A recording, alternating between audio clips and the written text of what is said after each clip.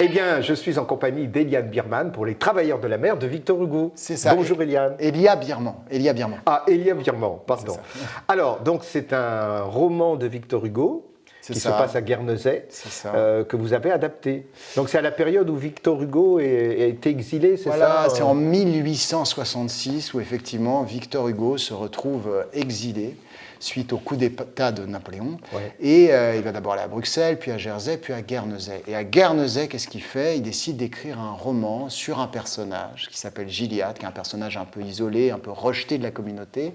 Et ce personnage un peu sauvage, quoi, il tombe fou amoureux d'une jeune fille qui s'appelle Déruchette. Et cette jeune fille, son oncle est propriétaire d'un bateau.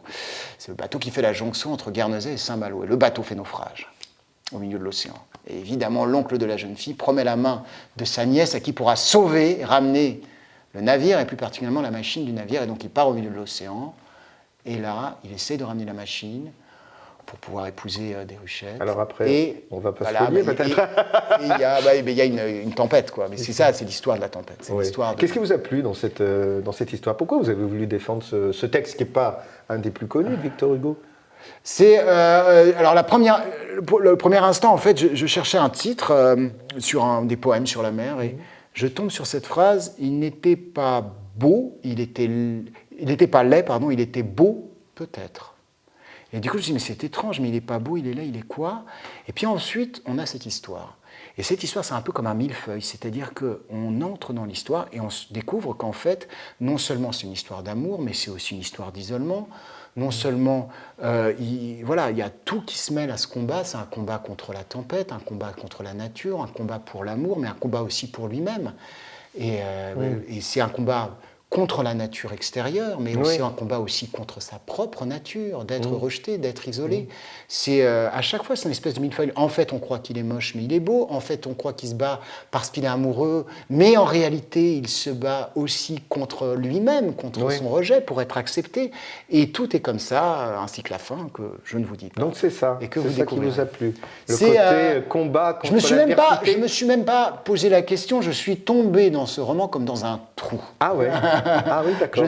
J'ai plongé dans cette histoire et sans même y réfléchir, avec Clémentine Yevdansky, on a adapté ensemble le roman, la metteuse en scène, on a adapté ensemble le roman et on a foncé sur cette histoire qui est une histoire incroyable de générosité et de profondeur. Ah oui, tout à fait, tout à fait. Alors il y a une mise en scène, hein, effectivement, parlons-en, qui est assez étonnante. C'est une mise en scène d'Estelle Gauthier, avec qui on travaille depuis longtemps dans la compagnie.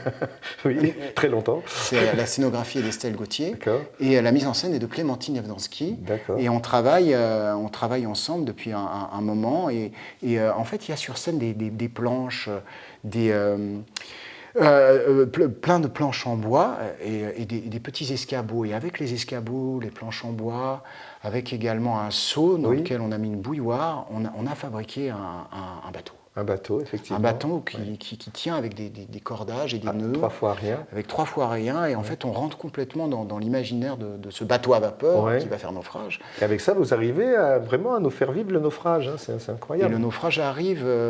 Et en même temps, il y a un peu de théâtre dans le théâtre. Parce que c'est l'histoire d'un naufrage. C'est l'histoire de... je ne vais pas raconter la suite. Mais c'est l'histoire d'un combat contre l'impossible. Oui, tout ça est vraiment vécu sur le plateau. C'est ça qui m'a marqué, en fait. Hein.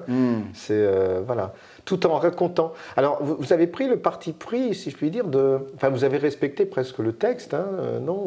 Alors, l'adaptation, on l'a faite effectivement en respectant très exactement le texte de Victor Hugo.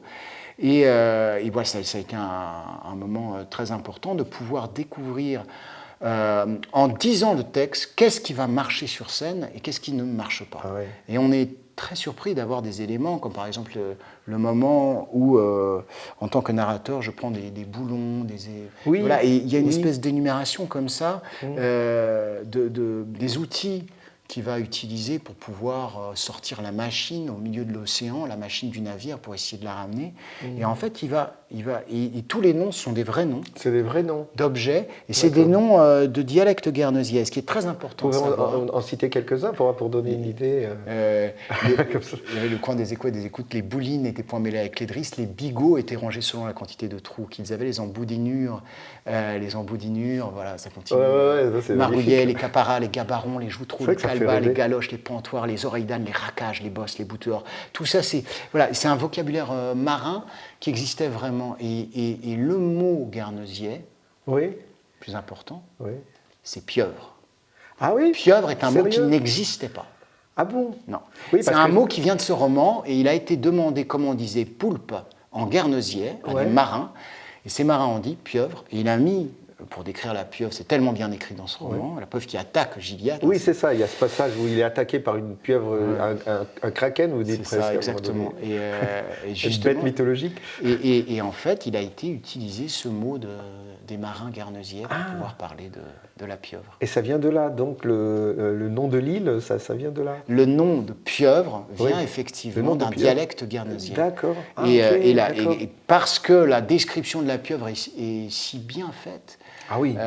eh bien c'est rentré dans le langage courant, quoi. Ah oui, oui, c'est Donc on aime beaucoup dans notre compagnie pouvoir aller chercher l'ADN des mots. C'est vraiment un rapport aux mots et qu'on rentre dans quelque chose qui est assez,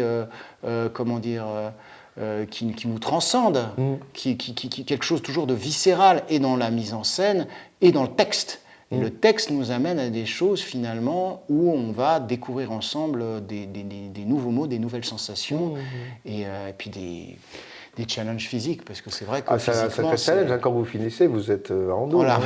En change de mots. je suis en sueur, ouais. En Vraiment sueur, en sueur. ouais. Ouais. Mais je reviens à ça, c'est-à-dire vous avez respecté la majorité du texte. Quoi. Tout le texte, ouais, tout le Tout le texte. texte, c'est le texte intégral. En C'est fait. le texte intégral. D'accord. Non, c'est pas le texte intégral, il n'y a pas les 700 pages. Oui, Il y a- mais je veux dire, mais ça n'est ce que vous dites, des c'est mots que de les Victor mots Hugo. de Victor Hugo. Voilà, oui, et on ne s'est pas dit, tiens, il faut qu'on fasse moins, Oui, etc. vous auriez On a pu pris le réécrire, texte. On a pris le texte et on a vu ce qui marchait ou ce qui ne marchait pas. Et en fait, ça s'est fait naturellement. Ah ouais, non, c'est incroyable. C'est une sacrée performance. Et puis, on plonge, hein, encore une fois, son jeu de mots, on plonge littéralement dedans. C'est vraiment magnifique. Hein. Merci. Ouais, ouais. Combien de temps vous avez mis pour préparer ce spectacle? Je ne sais pas exactement. On a mis. C'est un spectacle qui a un petit peu de. Ça fait un moment hein, qu'on l'a créé. Et puis c'est un spectacle qu'on nous redemande souvent et qui ne fait en ce moment que grandir. Donc je suis très content. On est très très content de ça. Avec Clémentine Yevdonsky, on a beaucoup travaillé. On a fait d'abord une période de résidence qui a duré Ah oui, d'accord. quelques semaines. Et petit à petit, on est rentré dans le travail. Ça a duré à peu près un mois. Ok. Et après, voilà. Alors, parlez un petit peu de votre parcours, en fait. Donc, vous êtes... Moi, j'ai un parcours un petit peu Ouais. classique. Ouais, classique, c'est-à-dire, vous démarrez d'où? Voilà, pas, je veux dire prestigieux, mais ici, un petit peu. Voilà, j'ai fait le Conservatoire national supérieur d'art dramatique. Ah, respect. Ensuite, Ça pose les choses, déjà, les bases. Après, j'ai effectivement travaillé beaucoup avec Pauline Bureau, aussi Christian Benedetti. Et puis, je suis rentré comme comédien permanent au Centre dramatique national de Sartrouville. Ah, d'accord. Ok. Avec Laurent Fréchuret, qui était un moment très important pour moi pendant plusieurs années. Et en sortant, effectivement, on a eu l'idée avec Clémentine de monter notre compagnie, Ok. voilà, qui s'appelle la compagnie Livsnerven, qui veut dire nerf de la vie, parce que je suis parti en Suède, on a repris un nom suédois, parce qu'on avait envie de trouver quelque chose effectivement de viscéral dans le rapport au plateau et dans toutes nos mises en scène, et tout le travail qu'on faisait en commun. Et là, donc maintenant, vous voyagez de manière indépendante, si je puis dire. Voilà. Avec notre compagnie. Avec ouais. votre compagnie. Ouais, tout à fait. D'accord. Vous êtes deux? Vous êtes... La base de la compagnie, on va dire l'ADN de la compagnie, oui, c'est essentiellement Clémentine et moi. Et puis, effectivement, il y a souvent Estelle Gauthier à la scénographie, et puis des camarades qui reviennent, comme David Maillard, qui... Voilà, là, c'était Thibaut Champagne au son. Donc après le festival, Alors après le festival, après le festival. Ça, c'est pas fini. Il y a une vraie histoire sur les travailleurs Ouais, de la mer, on est ouais. très contents. Et c'est un bon remplissage cette année, donc on est Ouais. content. Ah oui, c'était plein. Hein.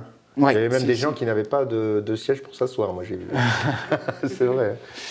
Alors, cette année, je finis le festival le 24 juillet au matin et le 25, je joue dans le festival qui est un festival qui était à Chantilly, qui s'appelle la Scène au Jardin, un très joli festival, et je jouerai à 20h le 25 juillet. D'accord. Ensuite, c'est pas fini. À Chantilly, ouais. Ensuite, après Chantilly, je joue au festival des Tréteaux du Phare, un très joli festival, qui est un festival qui est en Bretagne, alors ça tombe bien. Oh, bah là. Les Tréteaux du Phare, il y a un phare. Et c'est un festival qui est organisé par Jacques Tress et dont la programmation, certaines des programmations sont proposées par Éric Ruff. Donc, oui, voilà. très bien. Donc c'est vrai que je suis fier de pouvoir être programmé aux côtés. Bien sûr. Ça dure de quand à quand, il y a ce Hervé festival Pierre, il y a Jean-Yves Ruff, il y a plein de gens superbes. C'est date de quand à quand le festival? Geneviève de Kermamont. Alors ça, c'est du 15 au 21 août. 15 au Et 21 je août, joue c'est donc Les Travailleurs de la mer. Se jouera le 20 août Le à 20 août. 21h Faut noter, ça, à la il faut. salle Cap Claval au festival Les Tréteaux du Phare. Mais c'est pas fini, je finis, après j'arrête. Ensuite, le parcours, la suite, ce sera à partir du 5 décembre, si tout va bien, parce que peut-être que, comme c'est du théâtre privé, peut-être que ça peut déborder un petit peu, mais normalement c'est à partir du 5 décembre à 21h au théâtre de Poche-Montparnasse. Voilà. Très bien. Ça, c'est aussi Ça, c'est pour la théâtre suite. mythique, c'est pour la suite. Mythique, ouais. Bon, bah écoutez, Eliane, et donc on rappelle, donc ici, donc c'est tous les jours? Alors, c'est ça tous les jours à l'Ancien Carmel, et ce que je dis souvent, c'est que c'est à 10h du matin, et qu'à 10h du matin, dans cette petite église, dans cette petite chapelle, si on ouvre la porte, on écoute bien, on entend la mer. Oh, c'est magnifique. Alors, on finit là-dessus, alors. Merci, Eliane. Merci. À bientôt.